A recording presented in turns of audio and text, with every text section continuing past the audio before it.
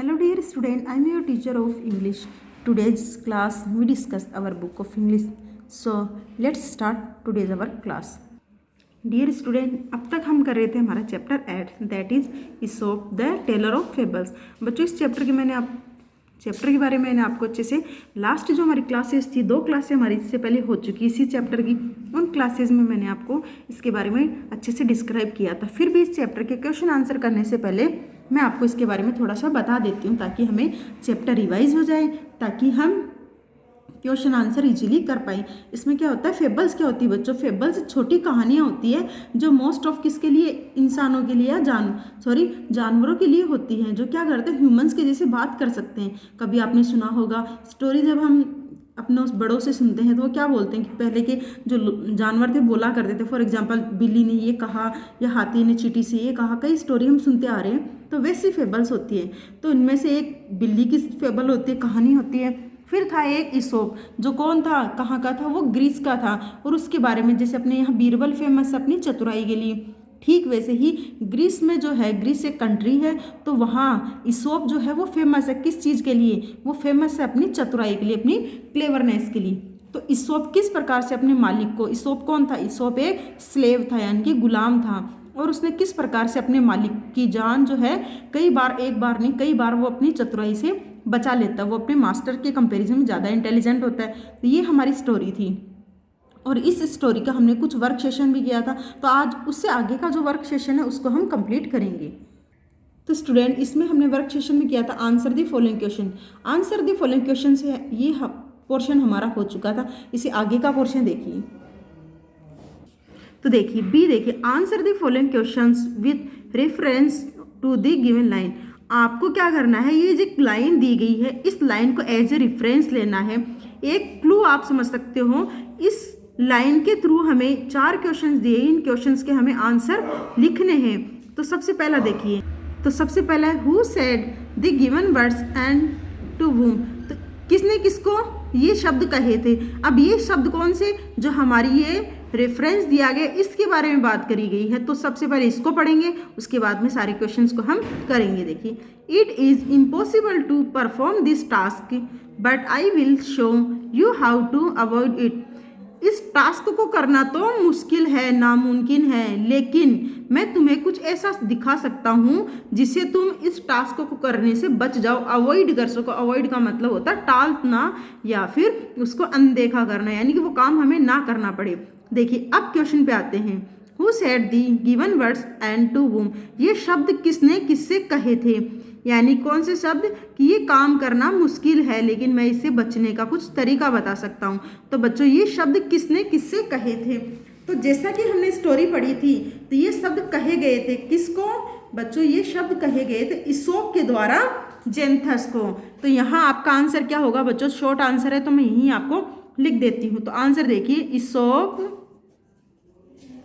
To, ईसोप कौन था बच्चों, ईसोप था उनका माल, जो स्लेव था, नौकर था, वो कौन था, ईसोप था। तो ईसोप ने किससे कहा था, ईसोप ने कहा था जेंथस से। तो यहाँ लिखा हमने जेंथस। अब नेक्स्ट देखिए, आई होप आपको ये समझ में आया होगा। ईसोप ने किससे कहा, ईसोप ने जेंथस से ये बात कही थी।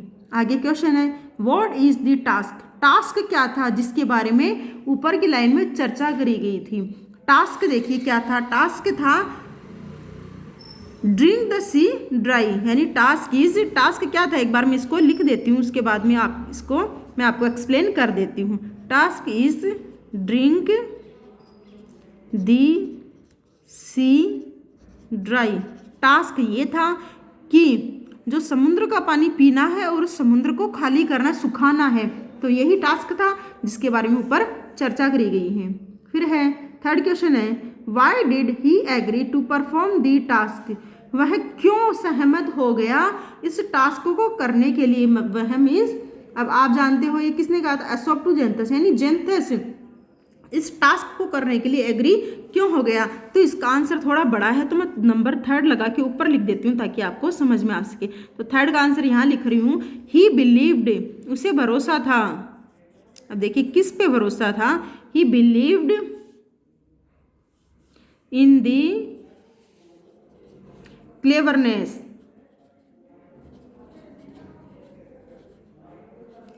क्लेवरनेस ऑफ ईसोप, उसे ईसोप की चतुराई पे भरोसा था। वो जानता था कि ईसोप कुछ ना कुछ अच्छा करेगा जो मेरे लिए बेटर होगा, मेरे बेटरमेंट के लिए होने वाला है। तो उसने भरोसा किया था किसकी चतुराई पे? ईसोप की चतुराई पे भरोसा किया था, इसलिए वो इस टास्क को करने के लिए एग्री हो गया। लेकिन टास्क तो इम्पॉसिबल था। क्या टास्क था? कि समुद्र के पानी को पी के समुद्र को सुखाना है। आगे देखिए लास्ट क्वेश्चन क्या है? Who helped him to get out of the problem? किसने इस समस्या से बाहर निकालने में मदद करी थी? तो यहाँ देखिए ईसोप, ईसोप जो है, ईसोप हेल्प हिम है, सॉरी, तो देखिए ईसोप हेल्प हिम, किसने हेल्प करी थी? ईसोप ने। तो आंसर हो गया ईसोप हेल्प्ड हिम। ईडी लगाएंगे क्योंकि ये क्या है? पास्ट टेंस में। नेक्स्ट सी देखिए, फिल इन द ब्लैंक्स। हमें फिल इन द ब्लैंक्स को कंप्लीट करना है। तो देखिए फिल इन द ब्लैंक्स क्या है, ध्यान से देखिए। सबसे पहले फिल इन द ब्लैंक्स को पढ़ेंगे और उसके बाद में इसे हम करेंगे। तो फर्स्ट है they are wise tales which give us a. ये क्या होती है? ये होती है चतुराई भरी कहानियाँ जो हमें दे के जाती है। क्या देती है बच्चों? ये हमें एक लेसन देती है। तो ए लिखा हुआ तो यहाँ लिखेंगे हम गिव अस ए लेसन। हमें एक लेसन देती है, लेसन सिखाती है, समझ देती है हमें। नेक्स्ट है there are many days stories about Aesop himself. खूब सारी क्या थी? स्टोरियाँ फेमस थी। किसके बारे में? ईसोप के बारे में। तो कैसी स्टोरियाँ थी बच्चों? स्टोरियाँ थी इंटरेस्टिंग। तो यहाँ लिखेंगे हम इंटरेस्टिंग। क्या स्पेलिंग लिखेंगे बच्चों? इंटरेस्टिंग, क्योंकि ये क्या था? There are many interesting stories about Aesop himself. खूब सारी मज़ेदार कहानियाँ फेमस थी। किसके बारे में? ईसोप के बारे में। थर्ड क्वेश्चन है जेंथस डेश एक्सेप्टेड ए डेयर। जेंथस ने एक डेयर चुनौती को स्वीकार किया था। कैसी चुनौती थी? किस प्रकार से स्वीकार किया था? फुलिशली, यानी मूर्खतापूर्वक, उसमें अक्ल नहीं थी, बेवकूफ़ी भरी उसने डेयर जो थी उसने एक्सेप्ट कर ली थी। तो यहाँ फुलिशली हम लिखेंगे, क्या लिखेंगे बच्चों? तो देखिए फुलिशली वापस से लिखेंगे FOLISHLY, फुलिशली, यानी उसने मूर्खतापूर्वक एक चुनौती को स्वीकार किया था। आगे है Xanthus was going on a long dash. Xanthus जा रहा था कहाँ? एक लॉन्ग जर्नी पे। तो यहाँ लिखेंगे JOURNEY, जर्नी। तो आपका आंसर क्या होगा? जर्नी। क्या कर रहे थे? वो एक लंबी यात्रा पे जा रहे थे। नेक्स्ट है dash picked up the basket of bread. उसने उठाई थी बास्केट ऑफ ब्रेड। किसने उठाई थी बच्चों? ये उठाई थी ईसोप ने। ईसोप ने तो उठाई थी बच्चों। किसकी बास्केट थी? ब्रेड्स की बास्केट। लास्ट देखिए the dash were tired and hungry. थके हुए थे और भूखे भी थे। तो बच्चों कौन थे थके हुए? थके हुए थे सर्वेंट। तो यहाँ लिखेंगे सर्वेंट्स। हो गया। यहाँ आपके कंप्लीट हो गए fill in the blanks. Next करेंगे, लास्ट पोर्शन रह गया हमारा डी। देखिए राइट ट्रू और फॉल्स। हमें ट्रू फॉल्स करना है। तो ट्रू फॉल्स में देखिए कौन से हमारे ट्रू है, कौन से फॉल्स, यानी जो स्टेटमेंट सही है उसको ट्रू लिखेंगे, उसके सामने हमें स्पेस दिया गया है, और जो फॉल्स है उनके सामने हम फॉल्स लिखेंगे। तो फर्स्ट है फेबल्स आर वाइज टेल्स।